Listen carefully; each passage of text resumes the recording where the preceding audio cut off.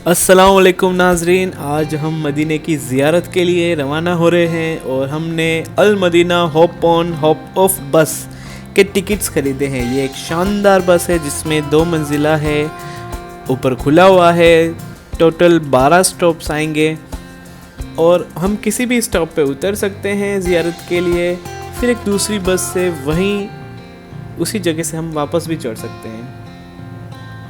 तो हमने 12 घंटों के लिए ये टिकट मकबूल होता है। पहले 4 स्टॉप जो होंगे वो सिर्फ अल हरम के राउंड में हैं, तो आप चाहे तो वहाँ उतरें।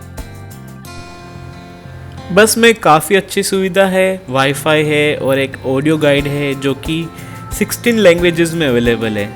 आपको एक ईयरफोन दिया जाता है और आप अपनी लैंग्वेज चुन सकते हैं। सबसे पहला स्टॉप आपको अल बाकी का मिलेगा। ये आप देख सकते हैं, देखो ये ईयरफोन लगा रखा है और यहाँ आपको बटन्स हैं जो कि आप वॉल्यूम कम ज़्यादा कर सकते हैं, लैंग्वेजेस चेंज कर सकते हैं। अभी इंग्लिश में है, आप इसे फ्रेंच में कर सकते हैं, जर्मन में कर सकते हैं। ये देखो फ्रेंच, इंग्लिश। मदीने के खूबसूरत पहाड़ देखिए आप। ये जो ऑडियो गाइड है ये आपको हर एक जगह, हर एक स्पोर्ट के बारे में, सिग्निफिकेंस के बारे में बताएगा, आपको उसकी इम्पोर्टेंस के बारे में बताएगा। तो आप इसे सुनते हुए चलिए और वाईफाई है तो आप उसे यूज़ कर सकते हैं। मदीना शहर बहुत ही खूबसूरत शहर है। ऑफ कोर्स ये हमारे प्यारे नबी सल्लल्लाहु अलैहि वसल्लम का शहर है, तो इसे खूबसूरत तो होना ही है। यहाँ की सड़कें आप देखिए, यहाँ की इमारतें देखिए, यहाँ के ट्रैफिक रूल्स।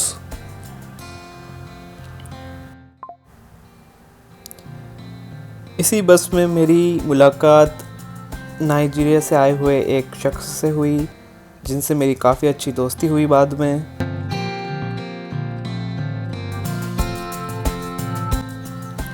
हम पहले स्टॉप से चले थे, हम दूसरे स्टॉप पे आ चुके हैं जो कि है अल बाकी। अल बाकी का क़ियाम मोहम्मद सल्लल्लाहु अलैहि वसल्लम के रिलेटिव्स और साथियों की कब्रों का है, जो इसे इस्लामी रिवायात में 2 मुक़द्दस कब्रिस्तानों में शामिल करती है।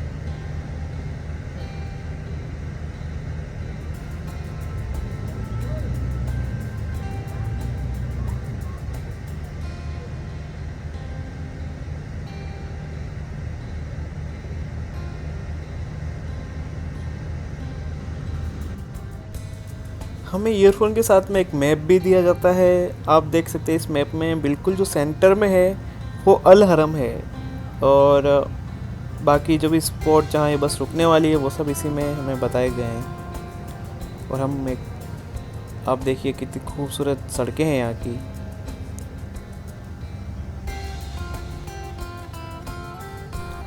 अब हम जा रहे हैं जंगे ओहद की तरफ, यानी कि 5वें स्टॉप पे। I hope I'm in your video so that you can remember me also. Yeah.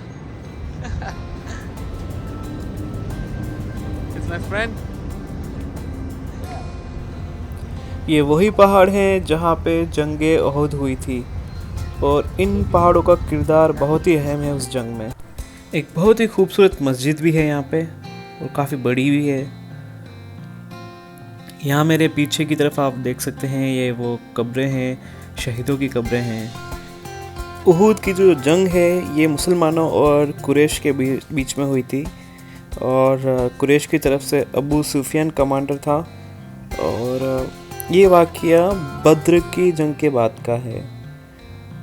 Quraish अपनी हार का बदला लेना चाहते थे, तो उनकी तरफ से 3,000 सिपाही थे, 3,000 ऊँट थे, 200 घुड़सवार थे। और मदीने की फ़ौज में हमारे आका सल्लल्लाहु अलैहि वसल्लम के सिपाही थे 750 तीरंदाज और 4 घुड़सवार थे। ये अचानक हमला कई अफराद की मौत का बाइस बना, जिसमें हज़रत मोहम्मद सल्लल्लाहु अलैहि वसल्लम के रिश्तेदार और चाचा भी शामिल थे। हज़रत मोहम्मद सल्लल्लाहु अलैहि वसल्लम को भी बहुत सी चोटें आई थी, लेकिन आखिर में मुसलमानों ने इस जंग को फतेह किया था।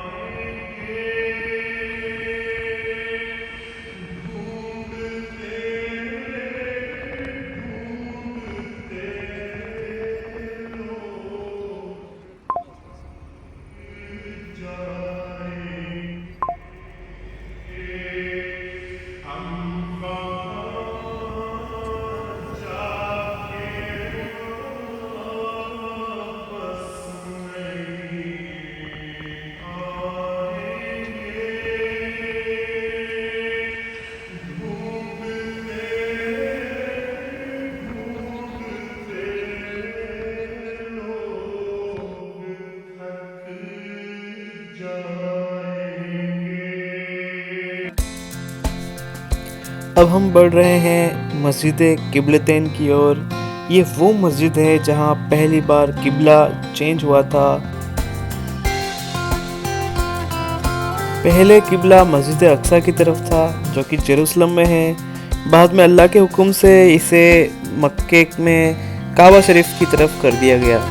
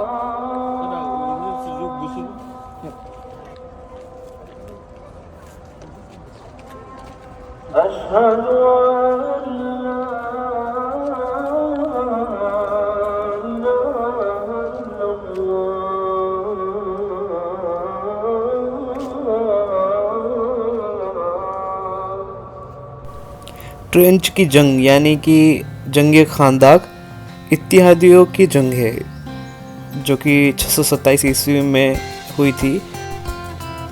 इस जंग में प्रॉफेट मोहम्मद सल्लल्लाहु अलैहि वसल्लम और उनके सिपाहियों ने मदीने के चारों तरफ एक खाई खोदने का काम किया था जो हमलावर फोर्सेस के लिए एक काबिल मदाफियत रुकावट बना।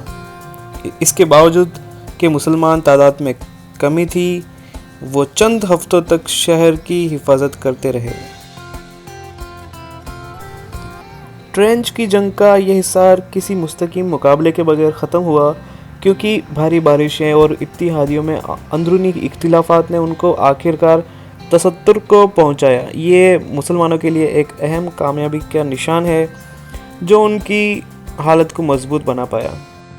ट्रेंच की जंग ने हज़रत मोहम्मद सल्लल्लाहु अलैहि वसल्लम की जंग में प्लानिंग करने की ज़हनत को ज़ाहिर किया और मुसीबत के सामने इत्तिहाद और इस्तिकामत की अहमियत को नुमाया किया। ये इस्लामी तारीख़ में एक अहम वाक़या है जो इब्तिदाई मुसलमान बिरादरी की अज़मत ईमान और आज़म को ज़ाहिर करता है।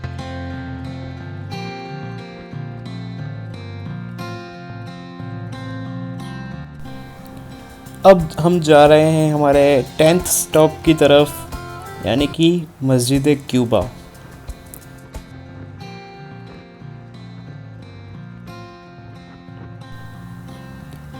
मस्जिद क्यूबा वहाँ बनी हुई है जहाँ हज़रत मोहम्मद सल्लल्लाहु अलैहि वसल्लम और हज़रत अबू बकर रदियल्लाहु ताला अन्हो ने पहली मर्तबा मक्का से मदीना हिजरत करके वो ठहरे थे। हज़रत मोहम्मद सल्लल्लाहु अलैहि वसल्लम और उनके अज़ीज़ साथी मदीना 12 रबीउल अव्वल को, जो कि एक पीर का दिन था, पहुँचे थे। दुनिया के सबसे पुराने मस्जिदों में से एक है ये, और हज़रत मोहम्मद सल्लल्लाहु अलैहि वसल्लम ने ख़ुद मस्जिद क्यूबा की बुनियादी पत्थरों को रखा था।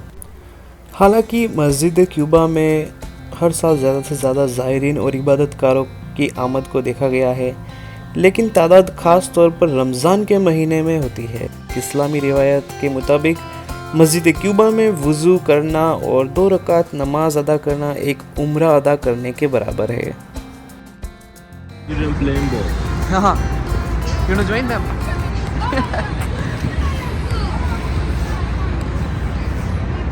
Kuba. See. Okay, Kuba. Can you Google it? Let's see the significance. Which one? Let's see the significance of Kuba. Yeah. I'll just take. I will do right there. I can take a video. Saudi Arabia. They like it. They only like football actually. They don't see any cricket or anything. They don't. Cricket. They don't like cricket. Yeah, I feel. How? Okay. What do you think? But they like football. They play football. Yeah. They like. Can't you see all the famous footballers now here? Ronaldo, all of them. They're in Saudi Arabia.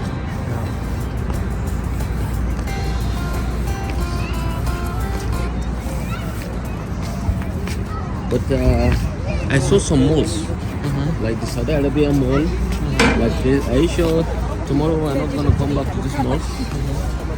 You know, because sometimes the haram shops, they can just exploit you, and they don't have much variety. You know.